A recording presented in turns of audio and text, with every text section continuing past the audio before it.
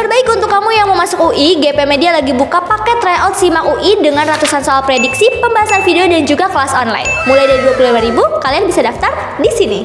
Untuk kamu yang mau masuk UI, jangan bingung.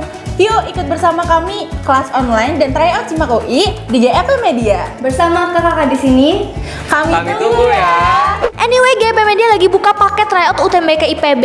Benefitnya selain TO, kalian bisa dapetin ratusan soal prediksi, pembahasan video dan juga kelas online. Nah, mulai dari 25.000 kalian bisa langsung daftar di sini. Kalau kamu mau ikut UTBK IPB, yuk belajar di GP Media. Semangat! Dadah! Sebelum aku kasih tahu informasinya, aku mau ngingetin lagi nih kalau GP Media lagi buka tryout. Nah, dari 15.000 aja kalian udah bisa dapetin fasilitas 3 kali tryout, dapat ebook, video pembahasan, prediksi kelolosan PTN dan juga ada kelas online-nya loh. Jadi buruan, tunggu apa lagi? Yuk daftar sekarang. Halo semuanya, kali ini kita akan bahas lagi bocoran soal untuk UTBK tahun ini. Langsung aja di sini udah ada subtes sosiologi ya teman-teman ya. Nanti yang kedua ada subtes geografi. Jadi hari ini kita akan bahas TKA 1. Oke, langsung aja untuk sosiologi di sini soal pertama. Pada tahun 2015 sampai 2016 minyak kelapa sawit dari Indonesia sempat diboikot di Eropa dengan alasan perusahaan-perusahaan pengelola sawit dinilai melakukan pembakaran hutan untuk dijadikan lahan perkebunan. Oke, jadi ini ngomongin tentang pembakaran hutan ya.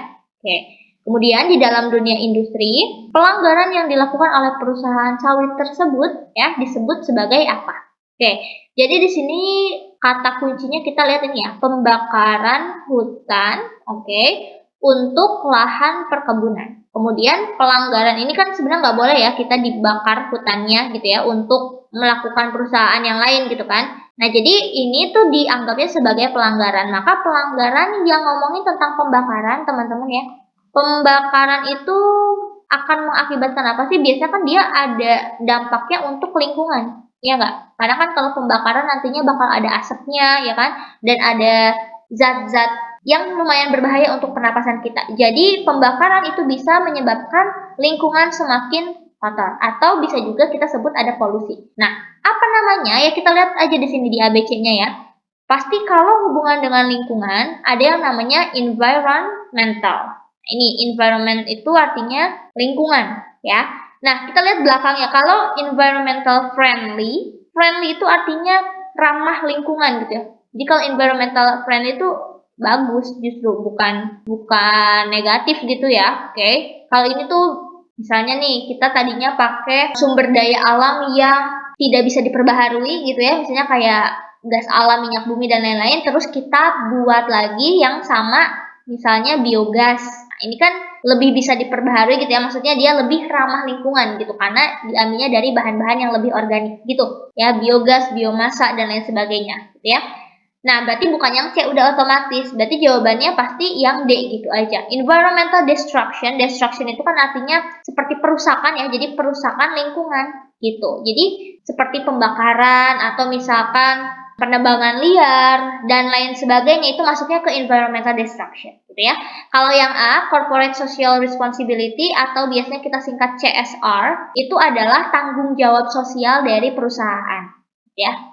Tanggung jawab sosial ini biasanya nih, misal nih ada satu perusahaan mau membuat satu project, nah biasanya kita lihat dampak buat masyarakatnya apa. Kalau masyarakatnya sejahtera berarti CSR-nya bagus. Tapi kalau masyarakatnya itu ternyata ngerasa nggak serap gitu ya sama perusahaannya, berarti itu CSR-nya kurang bagus gitu ya.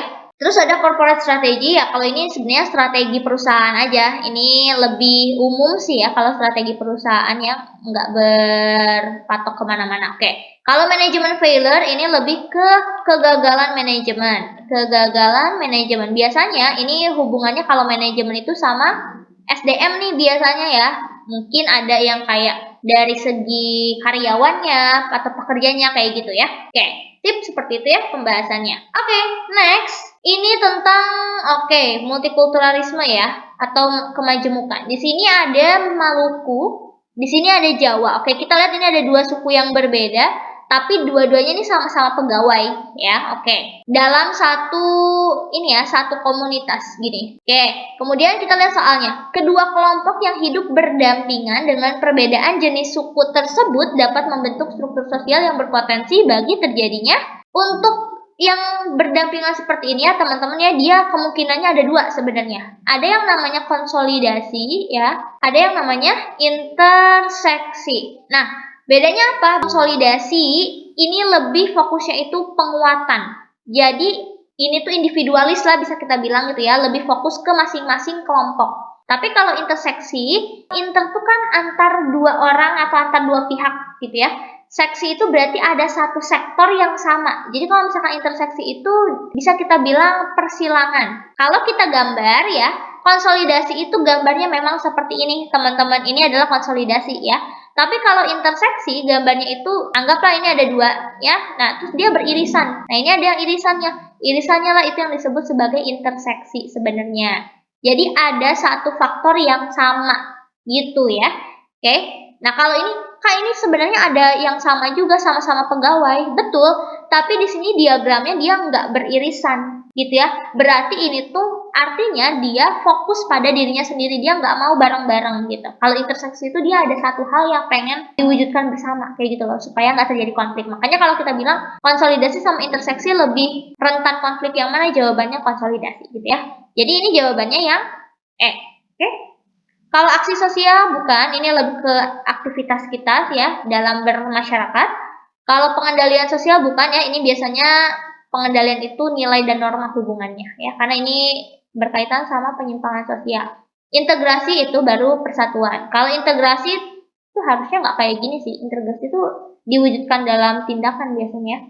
Oke, kalau diferensiasi sosial ini ngomongin tentang struktur atau kelompok sosial ya. Biasanya kalau diferensiasi itu ada terbagi menjadi kelompok-kelompok sosial tertentu gitu ya. Oke, next. Oke, ini ada soal tentang kepercayaan. Setiap malam satu suro masyarakat Surakarta melakukan mengarak kebo bule karena menganggap bahwa binatang tersebut memiliki tuah. Tuah tuh kayak ini ya, semacam kalau di orang-orang Sunda atau mungkin orang Jawa tuh kenal yang namanya pamali gitu ya. Mirip lah ya. Jadi ada satu kepercayaan bahwa kebo itu kan kerbau ya kalau dikira. Nah, kerbau ini dia hewan yang suci gitu. Jadi kalau misalkan kita ngapa-ngapain kebo gitu ya, itu bakal kena akibatnya. Nah, ini secara kepercayaan ya gitu ya. Oke, ini namanya kepercayaannya apa? Ini ada animisme, dinamisme, polite, totem, dan pate. Kita artiin aja sebenarnya. Animisme dari kata anim di sini artinya itu adalah roh atau biasanya makhluk halus lah ya. Jadi nggak kelihatan ya, makhluk halus. Biasanya ini tuh orang-orang yang percayanya sama nenek moyang, nah ya kayak gitu-gitu loh ya. Itu animisme, oke? Kalau dinamisme ingatnya benda ya, benda mati gitu ya. Jadi kalau dinamisme itu kita percaya bahwa Tuhan itu adanya di benda mati, misalkan menyembah pohon gitu ya, atau meminta ke patung, meminta ke meja, kursi, dan lain sebagainya gitu ya. Jadi benda mati gitu ya. Oke, itu dinamisme. Kalau politeisme, poli artinya banyak ya. Jadi kalau ini tuh punya Tuhan yang banyak gitu ya. Biasanya ini kayak penyembah dewa-dewa biasanya ya. Karena kan kalau dewa tuh banyak kan ya. Ada dewa air, ada dewa matahari dan lain-lain gitu ya. Oke. Totem itu artinya sebenarnya menyembah selain manusia, tapi biasanya khususnya totem itu masuknya ke binatang. Jadi kalau kita menganggap satu binatang itu lebih suci dan kita nggak boleh ngapa-ngapain binatang itu, nggak boleh membunuh, nggak boleh menyiksa gitu ya, nah itu namanya totemisme biasanya. Dan terakhir ada panteisme. Kalau panteisme ini dia menganggap bahwa alam semesta itu adalah wujud dari Tuhan. Jadi kayak langit, kemudian berserta isinya itu Tuhan gitu ya. Jadi menyembahnya tuh ke yang kelihatan sama mata kita gitu ya, itu panteisme. Nah, karena di sini ada kebo alias kerbau ya, karena ini juga berhubungan sama hewan. Jadi ya udah kita sebenarnya langsung aja ambilnya totemisme gitu ya. Oke, sip. Oke, lanjut ini untuk subtes geografi ada 3 soal lagi juga. Kita lihat ya, soal yang pertama di sini. Nelayan tradisional menjelang malam hari berangkat mencari ikan di laut dibantu tiupan angin yang terjadi karena apa? Teman-teman, angin yang di sini ya yang berkaitan dengan itu ada 2 ya. Nih, kita ini dulu ya. Ada angin darat namanya dan ada angin laut. Angin darat berarti dia bergerak dari darat ke laut gitu ya. Angin laut berarti angin yang asalnya dari laut ke darat. Oke, sampai situ dulu ya. Nelayan tradisional malam-malam nih berangkat untuk mencari ikan, berarti berangkat dari darat ke laut. Berarti ini termasuknya angin darat ya untuk nelayan ini ya. Oke, angin darat biasanya malam-malam ya bertiupnya. Oke, sekarang kita lihat kalau angin darat ini prosesnya kayak gimana sih gitu kan. Angin darat bergerak dari darat ke laut. Kenapa dia bisa bergerak dari darat ke laut? Karena satu, dilihat dari tekanan ya. Tekanan itu akan selalu bergerak, tekanan angin gitu ya, akan selalu bergerak dari tekanan maksimum ke minimum, tekanan tinggi ke rendah ya. Berarti kalau dari darat ke laut yang lebih tinggi yang mana?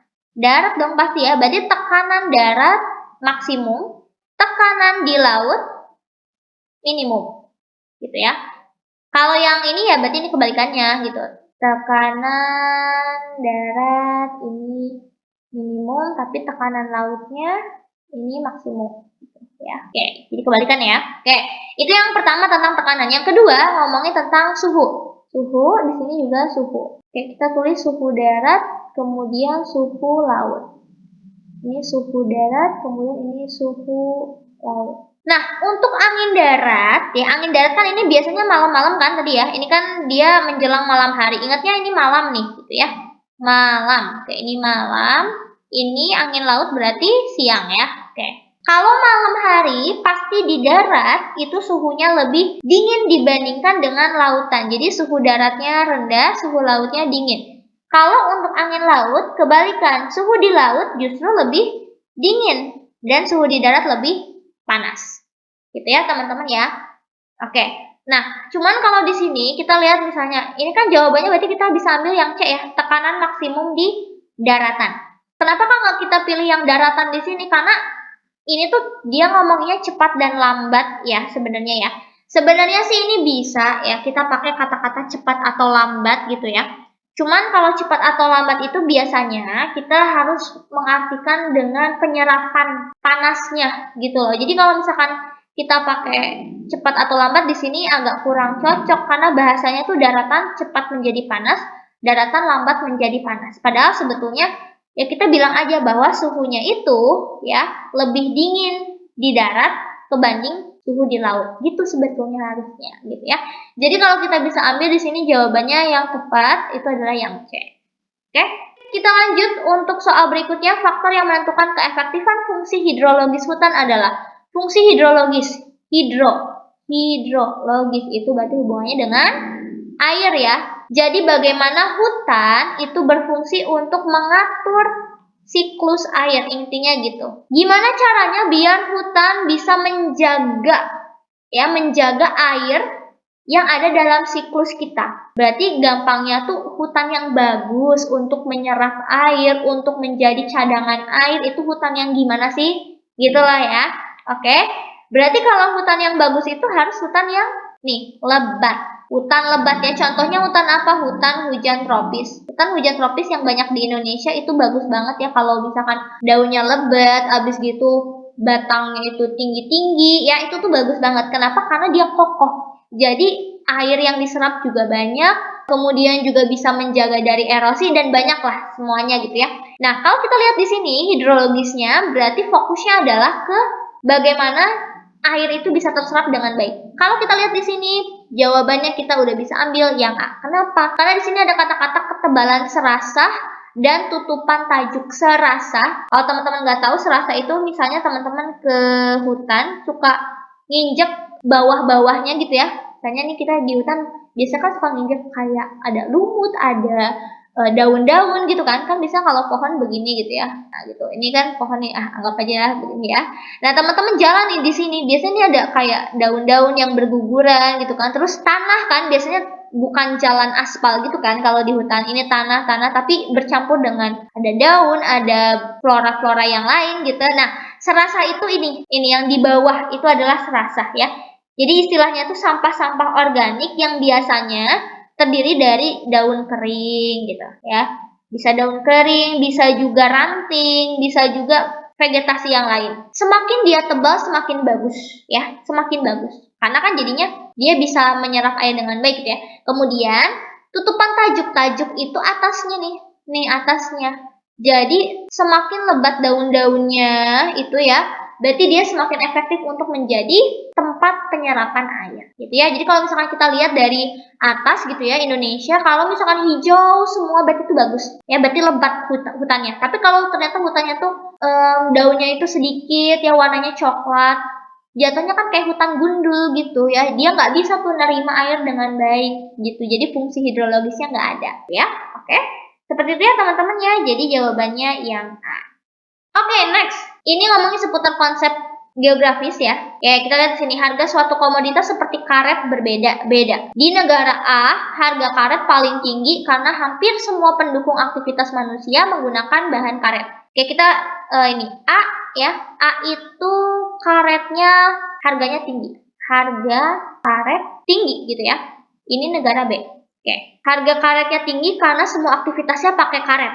Ya, berarti permintaan karet tinggi gitu ya. Oke. Terus kita lihat yang B, negara B, harga karetnya murah. Harga karet murah. Kenapa murah? Karena masyarakat masih menganut sistem tradisional dan karet hanya digunakan untuk melapisi perkakas rumah tangga saja. Berarti penggunaannya atau permintaannya juga sedikit gitu ya. Permintaan karetnya sedikit. Oke.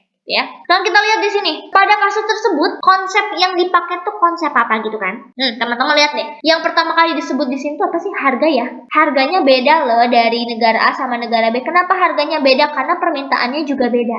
Oke? Jadi ini ngomongin seputar hal yang komersial. Kalau hal yang komersial, maka jawabannya bisa kita ambil nilai kegunaan langsung. Karena nilai kegunaan ini biasanya ngomongnya tentang harga atau biaya atau hal-hal yang sangat komersial. Ya, jadi jawabannya yang C. Kalau diferensiasi area, ya ini lebih ke perbedaan potensi. Misalnya di negara A itu karet itu banyak banget pohonnya, jadi gampang untuk kita ambil. Tapi kalau di negara B itu nggak ada pohon karet, adanya tuh pohonnya misalnya pohon jati misalkan gitu. Jadi beda potensi ya, bukan beda harga, bukan, tapi beda potensi. Kalau keterkaitan ruang biasanya ini lebih ke sebab akibat ya. Satu fenomena di tempat A misalkan ternyata itu diakibatkan sama tempat B. Misalnya kayak kenapa di Jakarta banjir karena hujan di Bogornya lebat banget, misalnya kan suka kayak gitu ya. Jadi ada sebab akibat hulu dan hilir gitu. Kalau keterjangkauan ini lebih ke ini ya, ke transportasi kalau ini ya. Oke, interaksi bukan ya. Oke, jadi jawabannya yang C gitu. Oke, jadi itu dia teman-teman ya pembahasan soal UTBK 2022 berdasarkan bocoran dan juga diprediksikan kembali oleh kakak-kakak di sini. Semoga membantu dan good luck untuk UTBK-nya. Bye.